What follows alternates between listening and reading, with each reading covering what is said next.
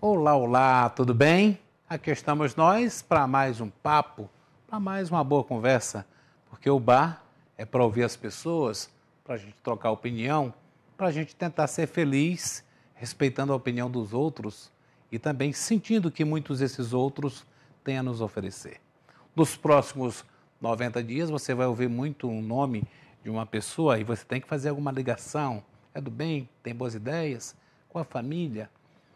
Porque uma vez alguém disse, filho de Mário Diogo, que eu estou me referindo, tem que ser gente do bem, tem que respeitar os mais velhos, tem que estudar e virar doutor. E assim aconteceu. Marivaldo Melo, meu grande amigo Marivaldo, ex-presidente do banco, não tem tanta coisa, é melhor dizer, o ex-presidente do Barça, né? Tá tudo bem?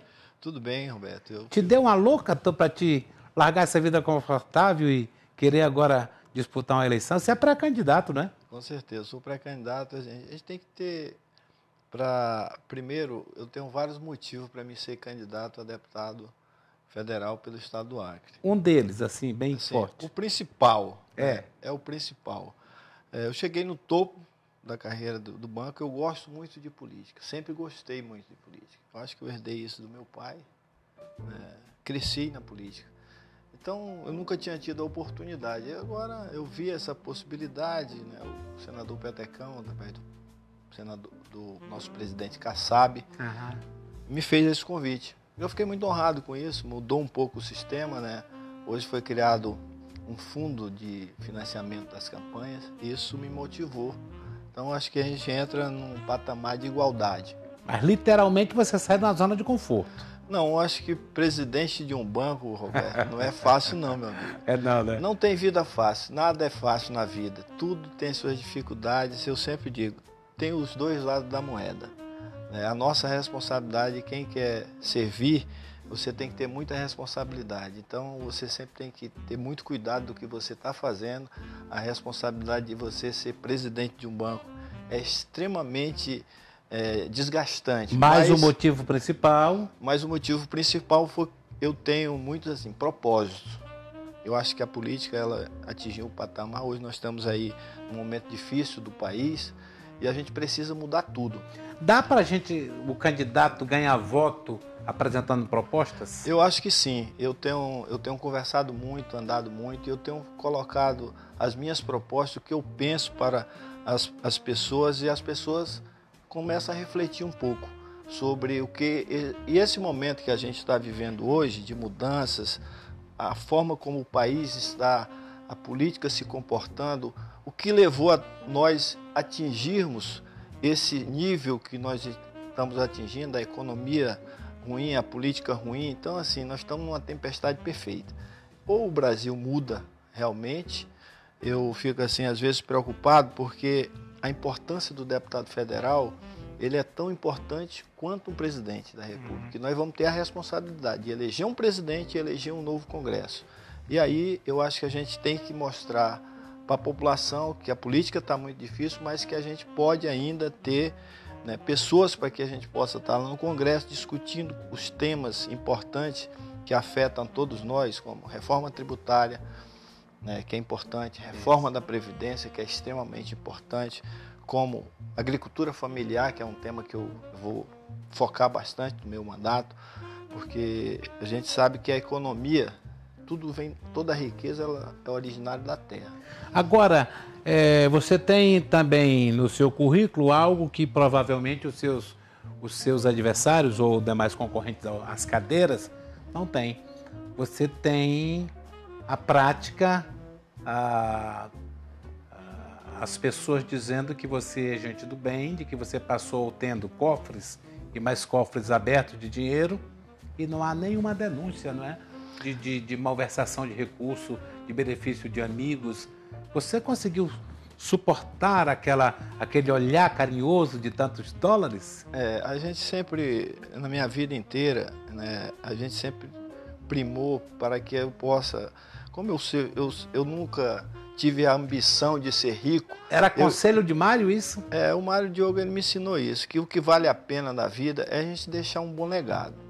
A gente viver bem, feliz, ter uma família, e ter um legado a deixar para os nossos filhos, para os nossos amigos, porque a vida é muito passageira. Eu lembro que um dia, faz muito pouco tempo, eu era uma criança em Boca do Acre. E hoje eu atingi a presidência do banco, sou candidato aqui pelo Acre, nós temos uma ligação muito forte, apesar de ser de Boca do Acre, uma ligação histórica, familiar com o estado do Acre. Então eu fico muito orgulhoso, sou cidadão acreano, cidadão senamadureirense, onde eu comecei a minha carreira no banco, e eu fico muito feliz em estar hoje aqui representando, tentando ser um representante do estado do Acre lá na Câmara Federal. Marivaldo, como é que vai ser pedir voto para um cara tão simples, que não tem o nome colocado nas manchetes, como uma grande liderança, como um grande cara? Você não faz questão de fazer zoada do trabalho que você faz. E agora, como é que você vai conseguir conquistar voto se você não é um cara tão conhecido?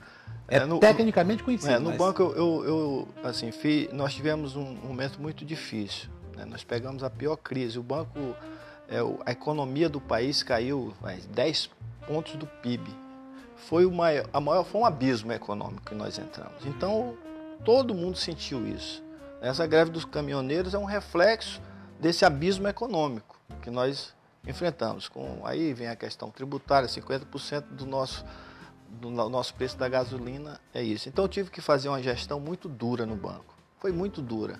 Eu tomei medidas muito amargas. Por exemplo, eu tinha 33 gerências executivas. Eu cortei para 23. Cortamos 10. Não é fácil. Nós fizemos uma reestruturação, fizemos uma economia, de despesa administrativa muito forte. Começou da presidência dos diretores. Tudo cortamos para que a gente pudesse ter uma empresa mais eficiente. Eu acho que na vida a gente tem que ter esse desprendimento. O gestor, ele tem que realmente fazer gestão para a maioria. Se as pessoas pensarem em tomar as decisões sempre pensando na maioria, a coisa vai andar bem, vai destravar, nós vamos ter um país moderno. Eu sempre falo que nós estamos no século XXI, eu estou vendo aqui esse teu estúdio simples, mas moderno. Sim. Moderno. E é isso que a gente precisa ter, vamos dizer, uma educação simples, mas moderna. Os nossos filhos hoje, se eu perguntar do meu filho se ele prefere um carro ou um iPhone de última geração, ele vai dizer: pai, eu não quero o carro, eu vou querer o iPhone. Então a gente tem que estar inserido nesse, e o Brasil tem que se preparar para isso. Exato. Agora eu fico pensando assim, Marivaldo, apesar do conhecimento que você tem da nossa Amazônia, não é nem só do Acre, é da nossa Amazônia, como é chegar para um eleitor que provavelmente nunca te viu? Você se apresenta com o seu nome, você faz tudo isso para poder chegar e dizer: eu sou o candidato e gostaria de ter o seu voto? Hoje eu tive uma surpresa. Aprendeu a fazer isso já? Já. Eu sempre gostei muito, eu sempre tive em contato com o produtor rural, eu sempre gostei como gerente de estar lá, como superintendente de ir para os dias de campo, estar em contato, olhar, ter contato com as pessoas. Eu gosto de lidar com pessoas, de estar próximo das pessoas.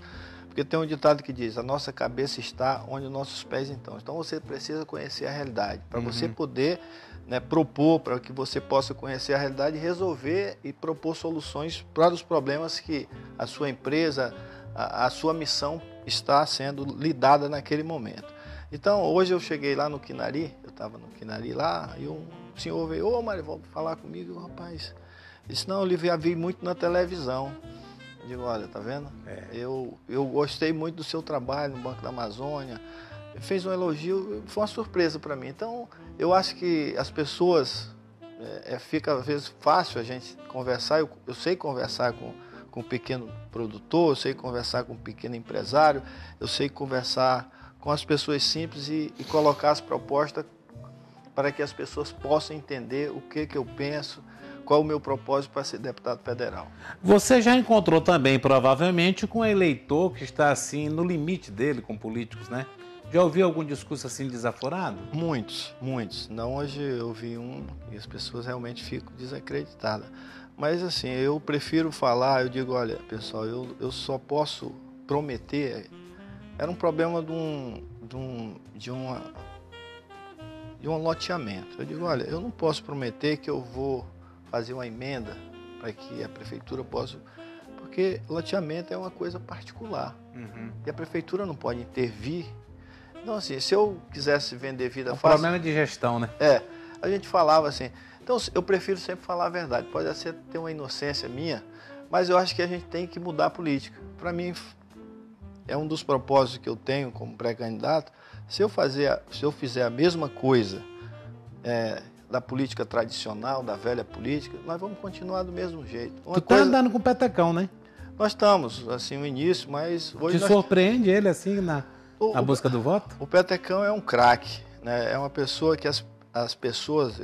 Eu comparo assim, aqui é a base, né? Aqui é a pirâmide que nós temos nessa escala aqui, a pirâmide, essa base aqui, que é onde nós estamos a maioria do eleitor, o eleitor se identifica com o petecão, o eleitor se sente representado pelo petecão. Então isso faz o sucesso dele, ele sabe falar a linguagem, ele sabe conversar. Isso acaba te incentivando também a fazer da forma como ele faz, pegando os bons exemplos? A gente tem características mais diferentes, né? Mas a gente tem muita afinidade, isso é importante. Nós temos 40 anos de convivência sadia, de irmão, isso ajuda bastante. Nós temos diferença, mas eu, lógico, queria ser o craque, mas eu vou chegar lá. Né? Vamos aprender um pouco com ele, a experiência dele. Esse exército do petecão, esse exército do 55, ele está do teu lado? Olha, o voto é a empatia que eu sempre falo, é a forma como você, mesmo que nós temos um exército grande, mas eu já conversei com cada um deles, para me conquistar cada um deles, né? Para eles poderem... Desse exército. Desse exército, porque não adianta só, quer dizer, não, olha... Aqui todo mundo vai... Não, mas tem que ter a conquista, tem o diálogo, para que a gente possa ter uma militância que realmente vá pedir o voto, vá divulgar o seu nome com vontade, com amor, né, acreditando no candidato. Se você não tiver crença, como é que tu vai fazer uma campanha? Né? Como é que você vai ter motivação para fazer uma campanha? Então, tem uma coisa que eu gostaria de falar, Vaz, que é importante. A questão das emendas, né? Eu vejo assim, às vezes o deputado federal fala, eu fiz tantos milhões para aquele... Eu acho que isso assim é o mínimo que a gente pode fazer. As emendas são importantes? Elas são, mas elas não são tudo. O mandato de deputado federal não pode se resumir a emendas. Ele tem que ir muito além. Eu acho que isso é uma pequena parte do que é. E as emendas você tem que discutir não só com o prefeito, mas você tem que discutir com a Câmara de Vereadores, com lideranças, para estabelecer prioridades para cada município. Mas nós temos os temas importantes que o Congresso tem que discutir, que nós temos que ter profundidade para que a gente possa estar lá na Câmara e saber o que nós estamos fazendo e saber decidir pelaquela maioria que eu falei aqui anteriormente. Qual é uma área, por exemplo, que não poderia ser esquecido pelo parlamentar na hora de distribuição de emendas? A área? Eu acho que área que você acha que é pouco? Hoje, assim, se eu perguntar do acriano o que é prioridade para ele, vai fazer segurança. Eu vi uma pesquisa agora, 34% das pessoas acham que a segurança tem que ser prioridade. Olha, uma coisa importante. Aí, em segundo lugar... Só que isso aí acaba sendo culpa do gestor, não é nem do parlamentar, né? Aí, em segundo lugar, vem a saúde, com 18%. Aí, em terceiro lugar, vem com 17%, as pessoas não sabem dizer o que é a prioridade. Com 12%, o emprego. E com 8%, a saúde. E com 3%, a educação. Você vê que os valores estão invertidos. Se invertem, né? Se invertem, né? A população está realmente descrente, está acuada, né? Ela está acuada com a situação que está vivendo. E você quer dar uma olhada para isso de uma forma mais cuidadosa? Com certeza. Assim. Quando o cidadão ele está pensando... Olha uma coisa engraçada, só te interrompendo. O Petecão, o senador Petecão que a gente estava conversando agora, ele é um dos campeões de emenda para quadras de esporte sintéticas.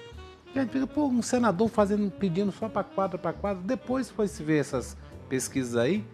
É porque através do esporte você consegue combater a violência, né? E o espaço que o Petecão ele trouxe da juventude dele para ele hoje. Quem já foi criança, né? Eu lembro que eu acordava 4 horas da manhã para jogar numa única quadra que tinha na minha cidade. Porque os adultos não deixavam. Quando a gente era criança, então não tinha esse espaço. Então as pessoas, quando você tem uma quadra de esporte, para você praticar o teu exercício, para você gastar a tua energia, você interagir... Parece nada, mas é muito, né? você interagir com os amigos, saber conviver ali, aquilo ali ajuda muito a você se desenvolver. E a gente sabe dessa importância que é. E aí, tu tem andado muito no interior mesmo, interior do Acre? Tenho. Já conhece muito canto? Conhecia? Basicamente já conhecia por conta do serviço do Eu já BASA? conhecia todos os 22 municípios do estado do Acre. Retornei agora, fizemos todos os 22, agora nós estamos retornando outra vez. Eu quero fazer no mínimo 3 rodadas, né, em todos os municípios. Né? Nós fizemos a primeira, estamos voltando agora a segunda com mais demora. Agora vamos fazer o planejamento estratégico da campanha e vamos ver, vamos colocar o nosso nome e nossas propostas para que a população possa avaliar e saber se a gente pode ser merecedor, né, desse mandato tão importante que é de deputado federal. Muito bem, nós conversamos aqui com o Marivaldo, nós estamos torcendo para que ele tenha sucesso nessa caminhada dele. Se depender de uma palavra sobre a sua índole, não tenha dúvida, é gente do bem, é gente que quer fazer prosperar esse estado, é gente que quer subir junto com você, que está aí pensando em quem vai votar. Bote o nome dele do lado e analise também. E eu fico aqui torcendo para que você tenha boa sorte nessa caminhada toda e sempre à sua disposição, Marivaldo. Roberto, eu fico muito orgulhoso de estar aqui com você, fazendo essa entrevista. Você que tem o melhor site aqui do estado do Acre, um site que é muito acessado, a gente sempre soube disso. Sua competência como jornalista, como comunicador, você fez isso. Você criou o seu espaço, isso com a sua competência, isso é importante. Eu fico feliz em ouvir essas palavras tão carinhosas a meu respeito e com certeza isso aumenta a minha responsabilidade e nós com certeza vamos trabalhar firme para que a gente possa honrar a confiança das pessoas. Muito obrigado. Obrigado. Vai lá, vença e mostre para o povo o que você quer. Obrigado. Estamos torcendo por você. Obrigado a você pelo carinho da audiência, por suportar esse nosso papo. Aqui nós só falamos coisas que sentimos, porque você precisa saber de que há verdade entre pessoas, de que há gente de bem que ainda quer muito o bem de forma honesta e segura. Obrigado. Continue nos prestigiando também com o Gameleira Connection.